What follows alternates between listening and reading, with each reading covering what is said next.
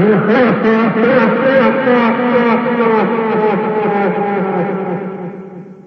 guys, it's Fan and I've got a very special video for Halloween. As you can see, I'm dressed up as my friend Cookie and I must say I look absolutely stunning. What the hell are you doing in my video, Cookie? I can explain? Oh yes? Explain! Well, since you told me you didn't really want to make a special video for Halloween because we don't really celebrate that here, and I consider your fans deserve a special video for Halloween, I thought I'd do it myself. Fine, I'm going to do a video for Halloween, but I'm going to do it by myself, so you can go now.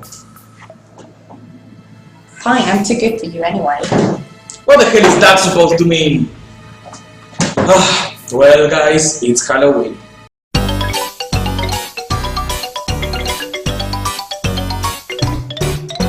Metal Gear is an interesting franchise. For every moment that takes itself seriously, there also are a lot of silly, goofy, or downright stupid moments behind.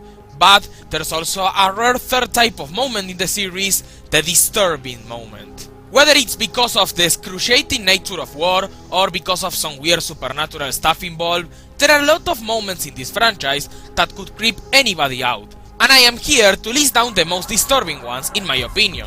I will consider every single game in the franchise, and don't worry, I will warn you about spoilers for the recently released Phantom Pain. Truth be told, this was originally going to be a top 10, but really the final product would have been very pathetic.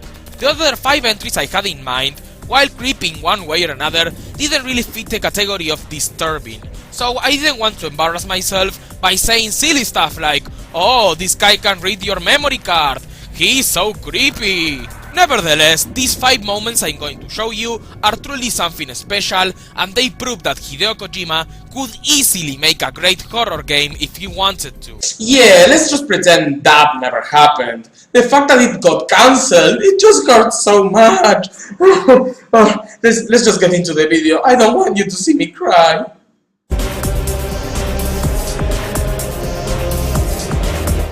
Nso Ya Badiabulu, also known as the Devil's House, from the Phantom Pain. So, who's my Africans, huh? No African members in the audience? Yeah, I wish my videos were that popular.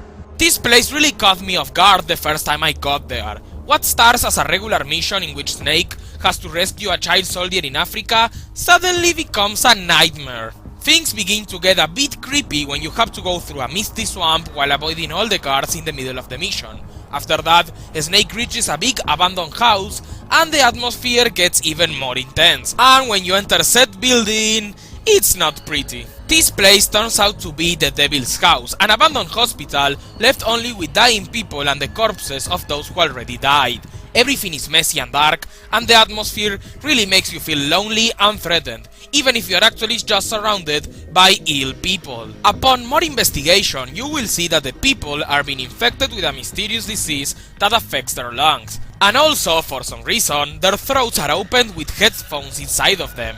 This turns out to be because of a parasite that eats lungs depending on the language that the person speaks. I know, it's very silly, but hey, it's Metal Gear, just don't question it.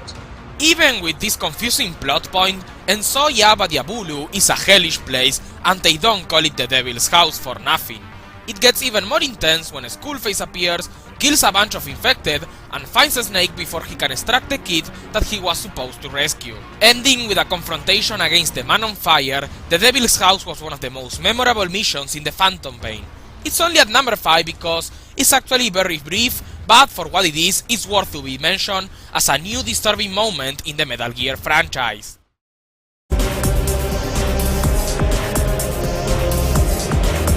Removing the bombs inside of Paz from Ground Zeroes. I am not really a squeamish guy. Most of the times I can easily tolerate violence in fiction, especially in video games. Mortal Kombat, No More Heroes, or even Metal Gear itself, I never had a problem with. But that's because the gore in those games is over the top and stupid. This cutscene from Ground Zeroes, on the other hand, is so realistic that it's devastating to look at and listen to. After Big Boss rescues Paz from Camp Omega, they find out that she has a bomb inside of her stomach. it was all a trap from XOF in order to kill Snake while he was on the chopper. But his crew starts to work quickly on removing said bomb before it goes off, and the following operation scene, it's hard to watch. The quality looking graphics make Paz's organs look very realistic, and her screams are heart-wrenching. Paz is actually suffering a lot, but there's nothing they can do about it, or they are all going to die. It's a very intense moment, with some very realistic gore, which I think it makes it even more disturbing than most gory scenes we usually see in video games. And I really don't want to look at this scene anymore, so I can't wait to get to the next entry. Of course that it was all pointless at the end of the day, because it turned out that Paz had a second bomb in another place that was too late to remove, so she jumps off the chopper and explodes, leading to the events of the Phantom Pain. And yes, this game that takes itself so seriously ends with a vagina bomb. A vagina bomb. I don't know if that's either too dark or too funny, but either way, it's Metal Gear. Why question it? A vagina bomb. Wasn't that the plot of a South Park episode?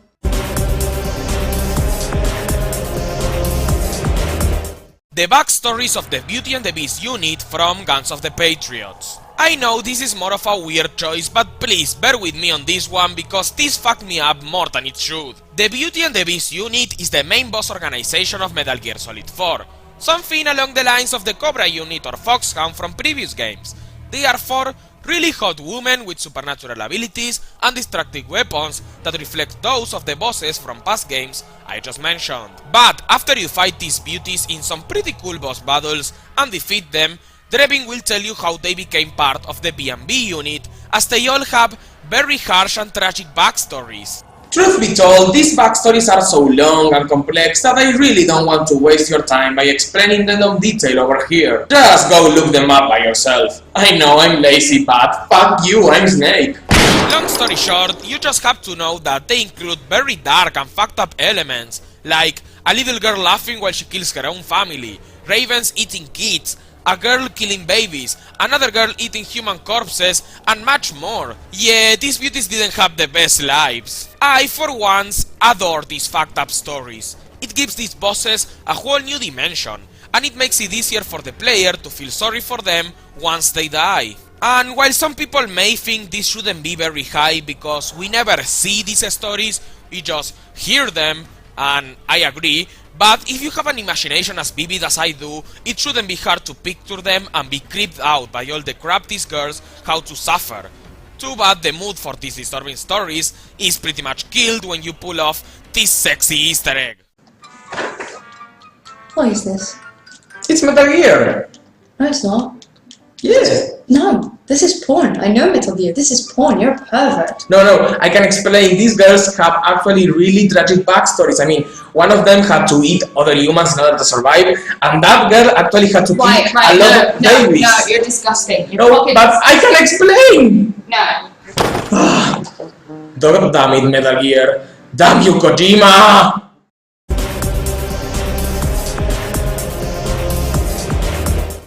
The second virus outbreak from the Phantom Pain. It takes a lot for a segment in a video game to be both disturbing and depressing, but the second virus outbreak succeeds with flying colors. Big Boss arrives to Mother Base and he's told that there's another outbreak going on, which is weird considering that Code Talker already found a cure for the last time.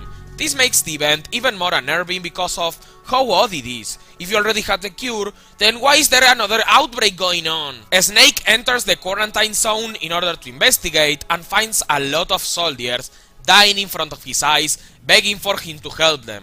All those suffering soldiers, alongside the eerie music and environment, really get to you, and you can't help but feel very uncomfortable and creeped out in this place. But then, the entire mission gets even darker. As Snake finds the scientist who figured out how to detect the symptoms, he realizes that he can't let any of the infected out or the virus will spread to the rest of the world. But the soldiers become these dying zombies and try to escape anyways. So, as you control Big Boss, the player will have to kill every single infected soldier. Snake has to kill his own loyal men in order to save the world. Even if some of them try to fight back or may even beg for you to save them, you can't do anything but keep shooting them all. The combination of both the disturbing atmosphere and the tragic nature of the event result in what may be one of the darkest and most shocking moments in video game history, and you will feel both scared by the infected zombies, yet like a monster for killing your own soldiers. And that's it. This is such a dark and emotional moment that I really don't want to ruin it with an unfunny and witty joke.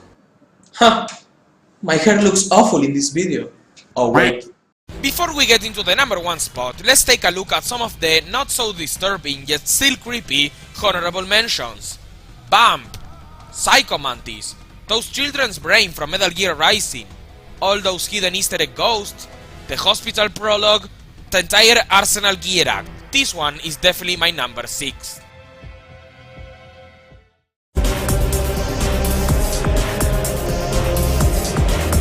The Zorro from Metal Gear Solid 3 Snake Eater. And I don't mean just his boss battle. The entire character is a major creepy moment in the franchise. A fallen member of the Cobra unit with a very tragic backstory, the Zorro makes many appearances as a ghost during the course of Metal Gear Solid 3 Snake Eater. During certain cutscenes, if you press R1 to see through Snake's eyes, you will see this disturbing ghost smiling at you, giving you instructions that you may not realize are tips to help you through the adventure, and it's done in such a mysterious way that it can creep you out if you don't see him coming. And the boss battle against the Zorro isn't any less disturbing.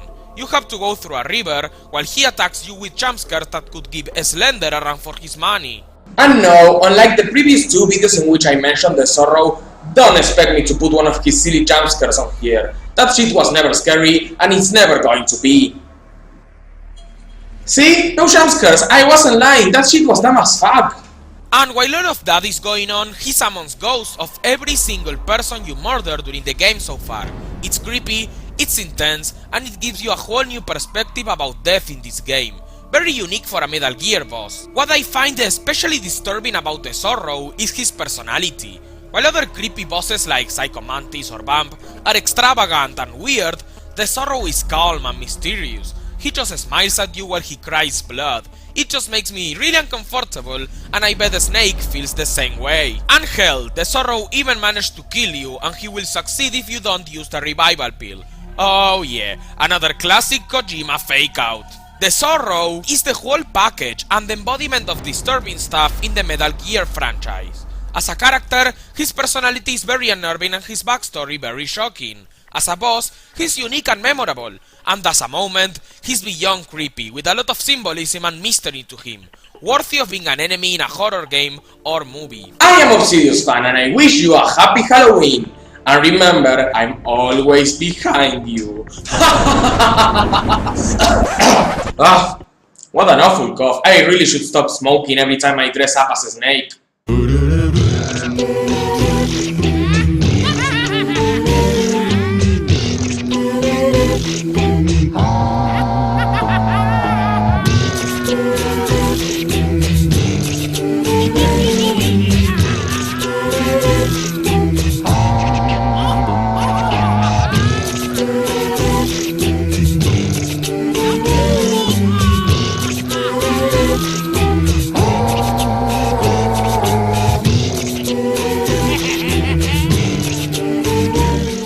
See? No jumpscares here.